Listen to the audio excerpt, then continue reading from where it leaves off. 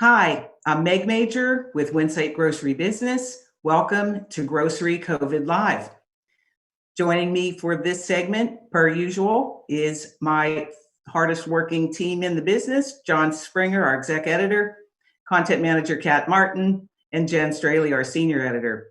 Before I kick it over to Phil, we're going to just set it up quickly by talking about one of the hottest topics out there right now, which is the state of the grocery delivery world gone wild. Phil, what's on your mind? Well, first I want to do a little rant, and I don't want to be political. Let me start there.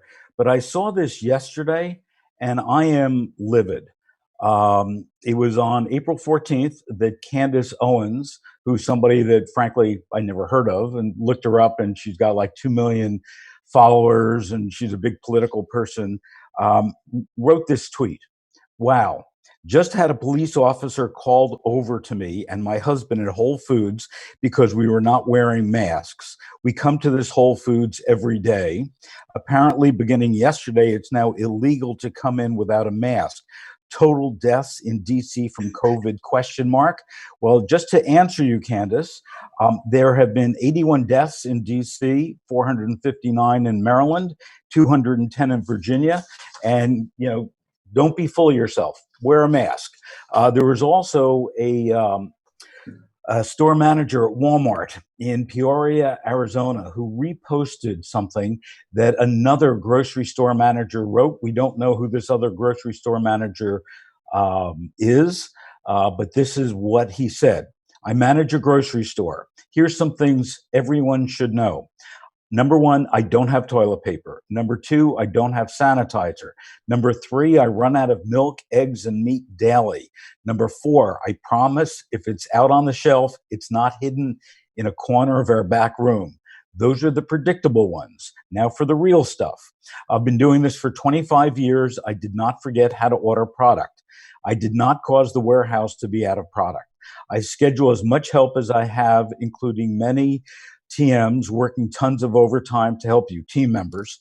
I am sorry there are lines at the checkout lanes. Now for the really important stuff. My team puts themselves in harm's way every day so you can buy groceries.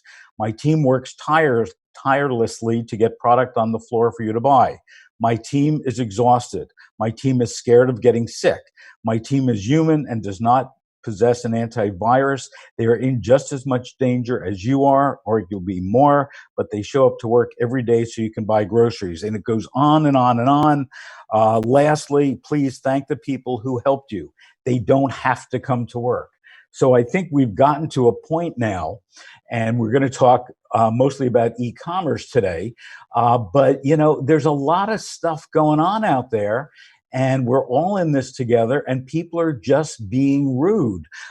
John, what did you read today in the Boston Globe?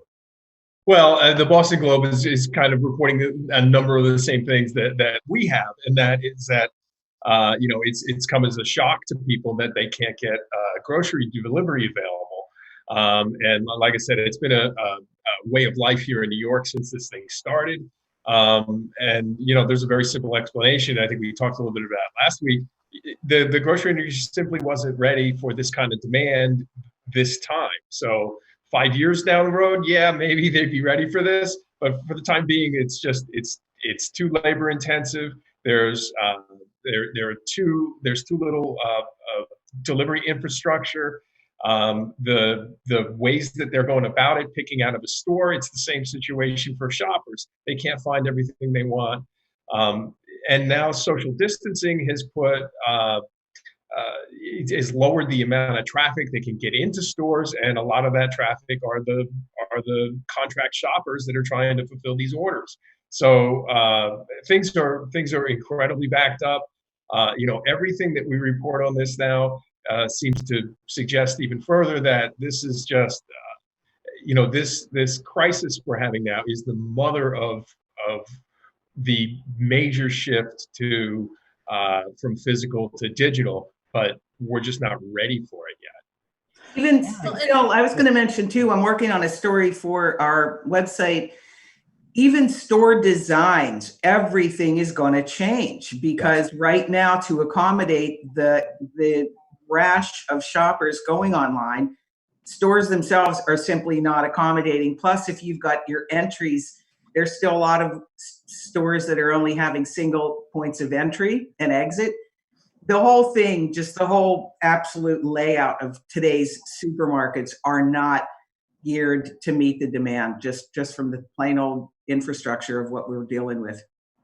And kind of to that point too, Meg, Farmstead sent out an email today with some stats that I found really interesting. They estimated there are 50,000 grocery stores in the US, so they can fill 100 to 150 online orders, which means they can fulfill 7.5 million per day. But we have 128 families on average that are on lockdown. So, those people who are trying to get those delivery slots, it's no reason that they're, getting up at 4:00 in the morning or whatever, because the supply is just not there when it comes to demand, when it's delivery slots. And also, just to add to that, for those people that are not familiar with Farmstead, it is just an online grocer in San Francisco, a small operator, if you would, that has been growing. I think it's been around, correct me if I'm wrong, probably now about 4 or 5 years, but a good little operation. So for them to be saying that, it's significant. Also, I am diligently going to try to do our Facebook while we're doing this. And Dave Foreman says, and don't go to the store every day and do it alone. Thanks, Dave, for saying that. I will point out that I was waiting for a pickup order at Target yesterday, and I saw a family of 4 walk in, and I was just like, no, one cart. So let's talk about pickup. And Walmart says that they're expanding their pickup service for at-risk shoppers. Who wants to comment on that one? So go on, Jen. So they expanded that. They announced that yesterday, I believe, or the day before, that they were going to dedicate the hours between 7 and 8 in the morning to, at-risk shoppers, people over 60, people with disabilities, and first responders. And it seems that they've trained the staff who are going to be delivering these curbside pickup orders so that there's, it's contact free, and that there's, stepped up sanitation, mask wearing in place so that customers can feel more secure in placing and picking up those orders. Yeah, and Dave chimed in again, Dave Foreman, who, Dave, the next time, tell me where you're from. There will not be resets. There will be whole store makeovers, such as Meg described, as bulk and produce become service sectors and bakery goes to full service only. Kiss, self-service, goodbye, everywhere except the checkout. Interesting. I'm working on a story right now about, what the likely result is going to be if the capacity constraints that we've kind of undertaken as mitigation efforts continue on after the country opens up, which seems some form of that is likely. And, among the things that we're looking at are AI cameras that can analyze the traffic in a store and kind of come up with a little bit more of a precise estimation of what these capacity ought to be, because right now they're using fire codes and they're saying, well, half the fire code's based on how many exits there are in a store, and that's not necessarily been developed for social distancing. So right. I think we're going to see, store design is one of these areas that's also going to be impacted by, artificial intelligence and other technologies to see, precisely how well we can do this. And I wonder even also if service is going to go away at the checkout too. Like, are more people going to start using the scan and go technology where they don't even have to come into contact with the cashier or a bagger, and it's going to be completely, almost contactless now? I would think too, I think what's interesting, if you're us, and Phil, you would probably tend to agree with this because you probably get as many pitches as we do, but you could track the level of the shifting of the nature of the press releases that we've received, or at least I've received in this past week. all about what John was just talking about, that you could see that the vendors in that space are really gearing up for all of the things that are going to help retailers adjust to the new world order. And I think part of the new world order also, as we're starting to see more restaurants doing takeout. I think Kat mentioned Big Boy the other week. What they're doing is when you walk in the store, they have their foods to go, but also they have like mini grocery stores. And I think that that's going to become pervasive for a bunch of reasons. Number one, and it's going to become a supermarket competitor, if you would. And I think for a bunch of reasons. Number one, we already know that governors are calling for less seating in restaurants. Probably it'll be about half the seating that's there now. They've got to make up those dollars somehow. And they can also brand themselves. If it's an ethnic restaurant, for example, they have a great salsa or sauce or chutney or whatever it is to be able to package that. And I think we're going to see these little sections in restaurants that will be, mini grocery stores, similar to what we see in hotels. Yeah, it's interesting. I mean, we've been going, I know, Phil, you especially have been talking about this grocerant movement forever.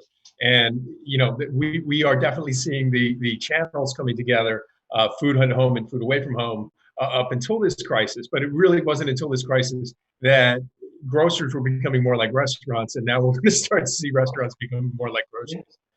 Yeah, and I wonder what's going to happen with, with liquor for restaurants, because what we're seeing in Denver is, restaurants are getting really creative with the grocery. They're doing farmers markets out in front of their restaurants on the weekends, and they're all selling, many of them are selling, bottles of wine at very great prices. We used to like the 200% markup in a restaurant on a bottle of wine, and now they're selling them at competitive prices to retail. So it'll be interesting bundles, to see. Yeah, I just picked up takeout the other day, and right outside the restaurant, as you're pointing out, they have a table and they have wines out there and say 50% off, and bought one. Why not? It just makes a lot of sense versus going into another store. So, Kat, let's talk about the community marketing, if you would, of what we're seeing from grocers. Well, this has been going on since this crisis started, where, Meg put together a slideshow where all of the CEOs of the retailers were going out and really thanking their customers, thanking their employees, saying we're all in this together. And now we're kind of seeing a shift to where they're asking for their customers to kind of do the marketing for them. Bash is saying, send us your sidewalk chalk art. That's something that parents are doing a ton of, trying to keep their kids entertained while they're home from school. So every place you go, the sidewalks are all chalked up. So they're saying, send in your best art. And then, several people will win $50 gift cards every week. And then I think you touched on it a little bit earlier this week, Phil, about the Allegiance Retail Services asking for people to, and I think the hashtag is I stay home from my grocery heroes. Right. When they're asking for people to send in, photos or just tidbits about, thanking the people who are in the front lines doing that. And then Hy-Vee also has a contest going now where they're asking customers to send in photos of essential workers, whether it's, nurses, doctors, daycare centers, they're still open. And, even grocery store clerks, send that in and they can be part of this larger Helpful Smile Strong initiative that they're going to release on social media later in the month. So, they're really just kind of going back to that community. Grocers are the heart of the community, and they're really playing that up by saying, send us what you're doing out in the community so we can all be in this together. So have we learned from this? Have we become more human? In fact, we have a hashtag from Scherer who says basic human needs Inc. Hashtag retail shift. Hashtag humanity.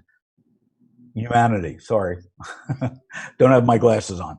Are we becoming more human from this? And do we think that after this is done, we're going to have a new appreciation for people who work in grocery stores, or are we just going to go back to, wanting to have them pile cans and sell them cheap? I think unfortunately, it's going to be hit or miss. You started, Phil, with talking about sort of bad behavior from shoppers, and the press conference that we talked about on Tuesday with the UFCW. They had a number of workers, a handful of workers who spoke at the press conference, who've all been in the business for over 25 years, and they were just begging shoppers to please, not only wear masks and gloves, but dispose of them properly. People are just throwing them in the shopping carts, throwing them in the parking lot, and expecting that the grocery workers are going to collect these and throw them away. And they're just increasing the exposure risk that the grocery workers are experiencing. And there were also stats on 85% have seen people not social distancing. Another really high percentage saw people hoarding. Even 9% of grocery workers have seen violence since the coronavirus outbreak. Yeah, we. I think I might have mentioned this last week. I'm not sure, but at a store here in California, there's a security guard out front, and somebody didn't have a mask. And now in California, or in Los Angeles County, you cannot go into a grocery store unless you have a mask. So the security guard said, "I'm sorry, you can't come in." And this person went through a rant and raving, "This is my personal liberty. I don't have to wear a mask," whatever else, and really getting into a fight with a security guard. And the security guard would not let them get in. We have a question from Tony Gamby. Sorry, I missed the beginning of the discussion. I hope you didn't cover this yet. What is the latest prediction on store capacity management, waiting outside in line? My software company has put together a virtual line tool to help manage those stores. Anybody have an update of what's going on outside the store? I'll just say anecdotally, it is 12:49 in New York. My wife left for the food bazaar at about 9 this morning. She's still not back. So I know that she was waiting in line out front. I mean, it is what it is for the time being. I think probably what the reader was pointing out were there are ways to address this. Kroger company, to use a good example, uses this thing called Q-Vision, which they use to make sure that they had enough checkout lines open. That's under normal circumstances. But what it can also do is count the number of people in the store and track how long they're there, those kinds of things. That's helping them manage that flow in and out. And some of the guys I mentioned to you earlier on this story I'm working on for later this week, on the capacity constraints going on, they can do a lot of cool things using cameras, using that kind of stuff. That is going to give stores a little more intelligent way to do this, because everything's like a blunt instrument now. It's been run out really, really quickly. They're doing a great job, I think, given the constraints that they had and starting this from nothing. But there's definitely smarter ways of going about this, and I think that's going to be one of the lasting results of this crisis. We're going to see people think about these things a little bit more intelligently going forward. So let's move to e-commerce. What are we seeing in e-commerce? You had mentioned Farmstead, Kat, with their increases. We're seeing huge increases at Instacart. They've added, I think, 150,000 new workers there. What are we seeing in e-commerce right now? Besides the delays, besides that it could take 2 or 3 days, besides the fact that people are getting up at midnight to order because there's more slots available, where do we think this is all going to shake out in a couple months from now? Well, there's no question that, Instacart is just, every day they're partnering with a new retailer.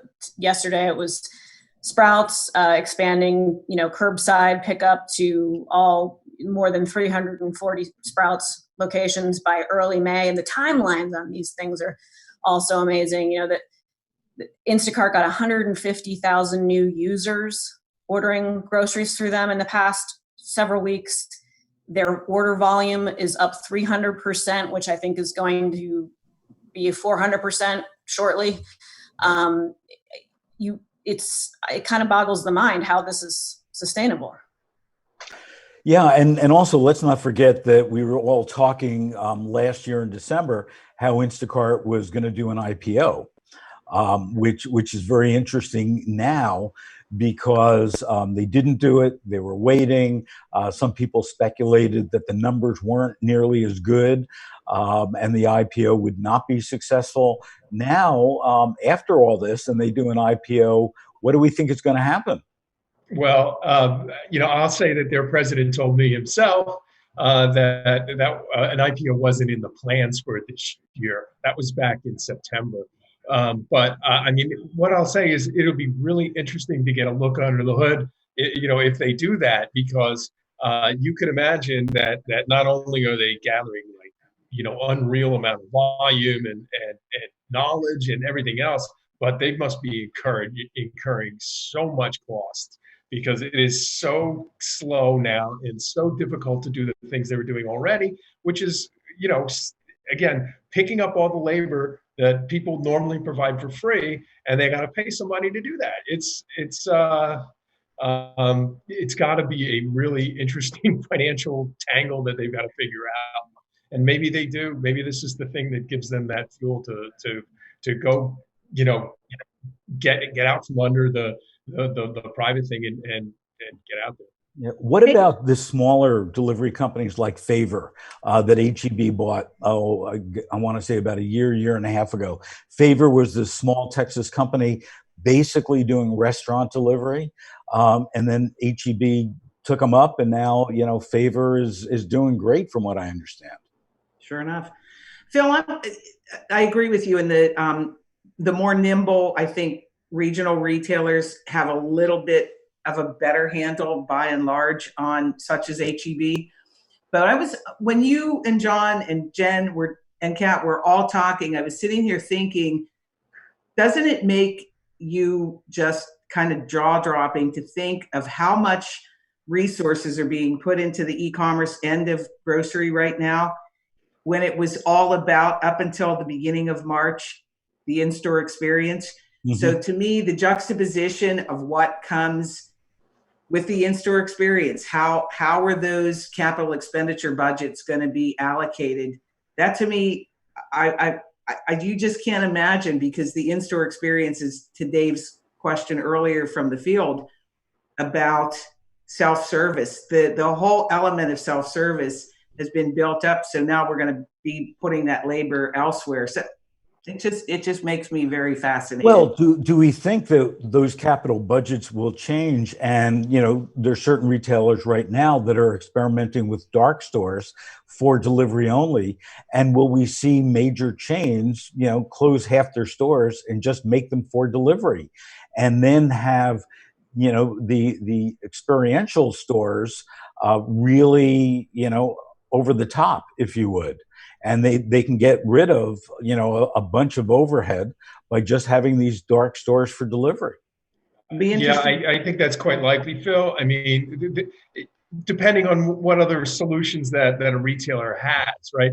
The Whole Foods at Bryant Park in Midtown Manhattan is now a e-commerce staging, store, and not a, so that, in normal times, that store just has staggering traffic, right?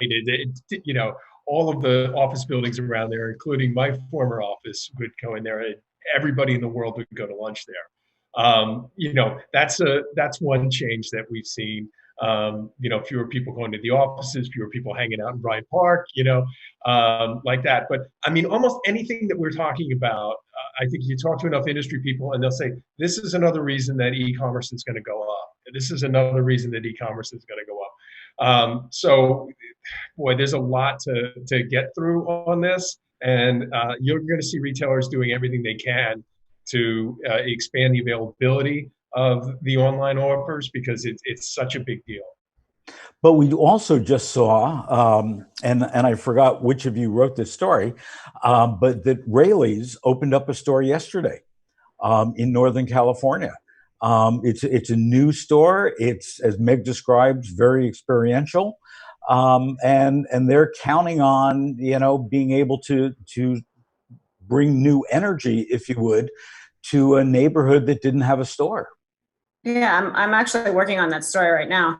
And I was really struck by, I mean, it's just, you know, you keep hearing, you know, Whole Foods, H-E-B, Wegmans, they've all delayed store openings. And this isn't just any store, it's a flagship store. Yep. So I thought it was really interesting that they moved forward with that. And then, you know, they had limited photos kind of, you know, when you open a flagship store, you want to show it off, you know, this Right. is your new baby, you know, and they were respectful of, you know, didn't want to have a photographer in there for too long, but it was, you know, the store, this is probably like the first flagship store that's opened under these circumstances. So there were social distancing decals on the floor, shoppers wearing masks, plexiglass, you know, protective gear at the check stand.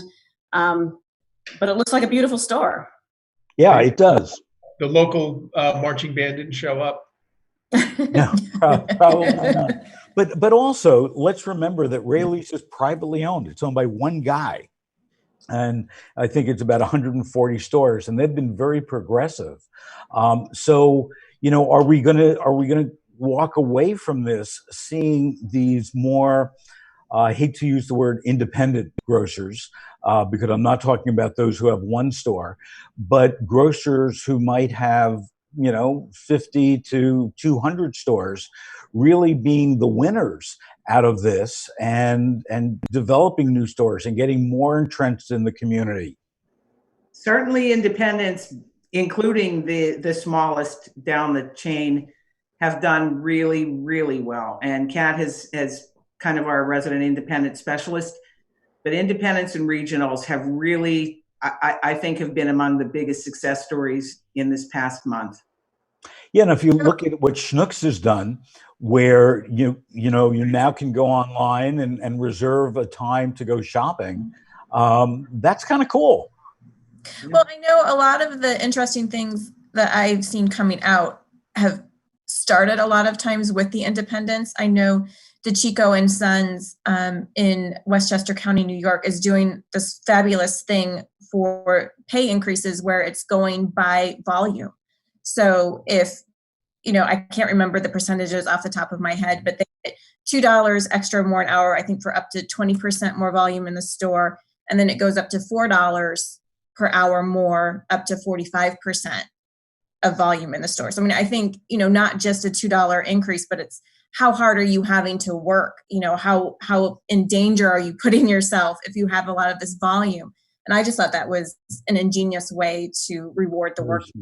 Very, very smart. And also, you know, back to the Facebook post that I was reading before, the workers are stressed, and just saying we're going to pay you $2, you know, more an hour as hazard pay and whatever else isn't enough.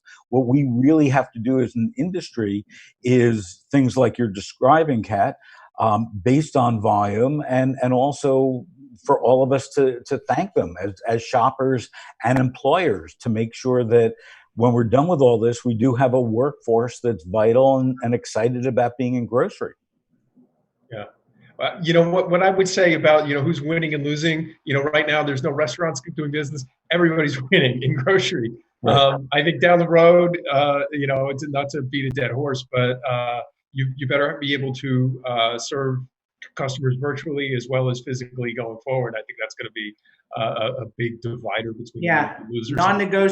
Non-negotiable equation with that. That's for sure. And Meg has our last word. So that's going to be it for today's COVID-19 webcast. Don't forget to join us Tuesday. We'll take your comments.